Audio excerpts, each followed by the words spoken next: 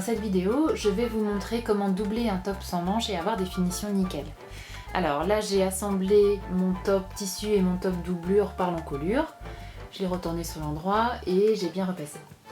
Ensuite, je vais plier l'ensemble selon la ligne milieu dos, milieu devant, en ayant le devant vers moi et l'emmanchure vers la droite. Donc je rabats toutes les épaisseurs.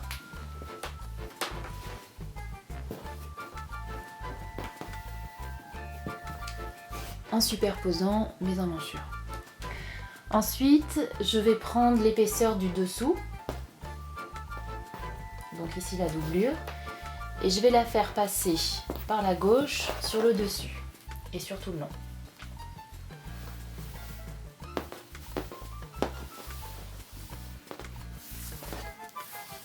Donc je la replie en deux de la même façon.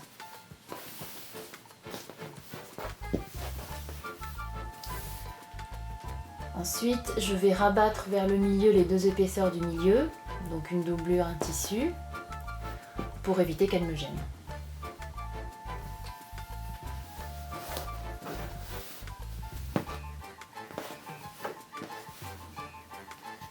Et maintenant, je vais venir épingler ensemble les deux emmanchures de la partie que je viens de rabattre et de l'épaisseur qui reste sur le dessous en tissu.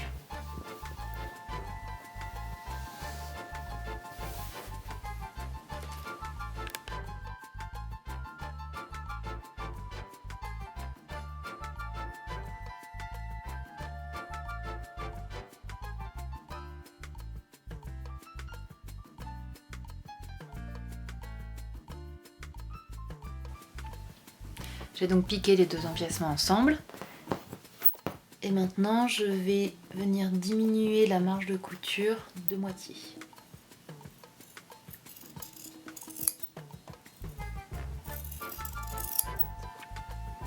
Donc mon premier empiècement est assemblé. Maintenant, je vais venir retourner l'ensemble sur l'endroit en passant par l'intérieur.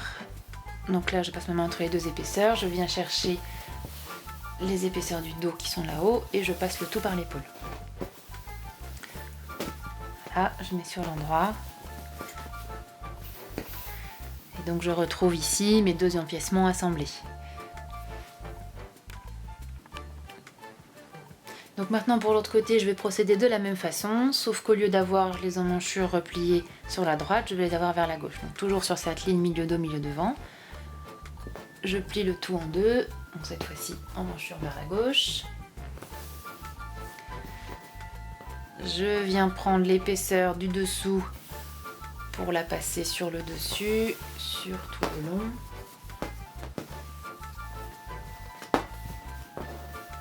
Je la plie en deux.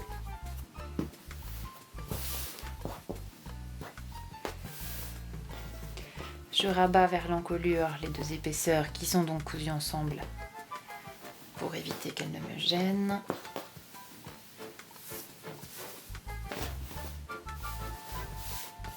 Et je retrouve là l'épaisseur du dessous en tissu avec l'épaisseur que je viens de rabattre en doublure. Et là, j'épingle avant de piquer.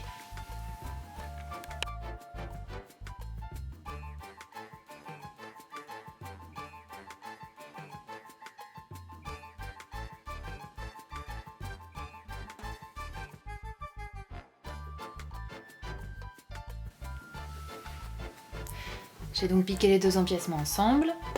J'ai réduit la marge de couture de moitié. Maintenant, je vais passer ma main entre les deux épaisseurs. Je vais aller chercher les épaisseurs de là-bas. Je retourne le tout par l'épaule.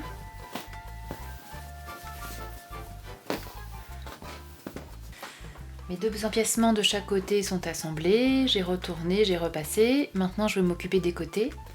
Je vais rabattre le dos sur le devant. Et je vais épingler donc un côté puis l'autre, les deux tissus ensemble et dans le prolongement les deux doublures.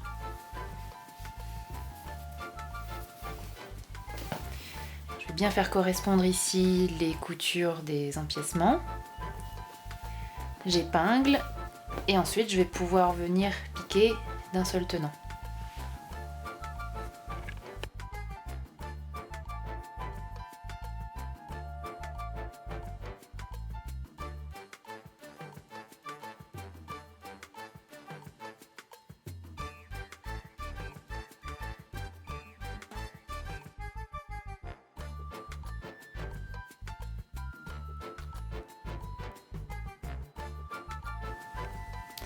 Je suis venue piquer mon côté, d'un seul tenant, doublerai tissu, et maintenant je vais légèrement cranter là ici dans les angles pour permettre à l'ensemble de bien se retourner.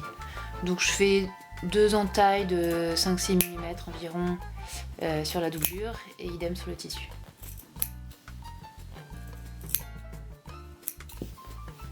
Voilà, donc quand je tire, je vois que là ça se met bien droit. Maintenant je vais assembler l'autre côté de la même façon et retourner l'ensemble. Les deux côtés sont maintenant assemblés. Je vais donc remettre le tout sur l'endroit.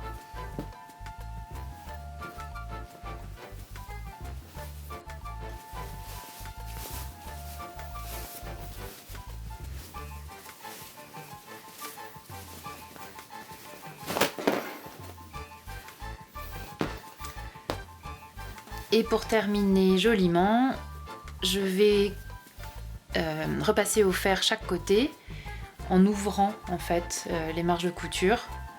Donc je vais les ouvrir, les positionner à plat comme ça, les écraser au fer sous la doublure et sur le tissu, ça donnera un joli tombé et ça permettra de bien finir. Voilà, je vais bien repasser aussi au niveau des empiècements. Et voilà, maintenant si c'est pour un top tout seul, il pourra terminer simplement par un ourlet en bas, ou sinon dans ce cas là c'est une robe, donc je vais venir assembler sur le bas du top la jupe.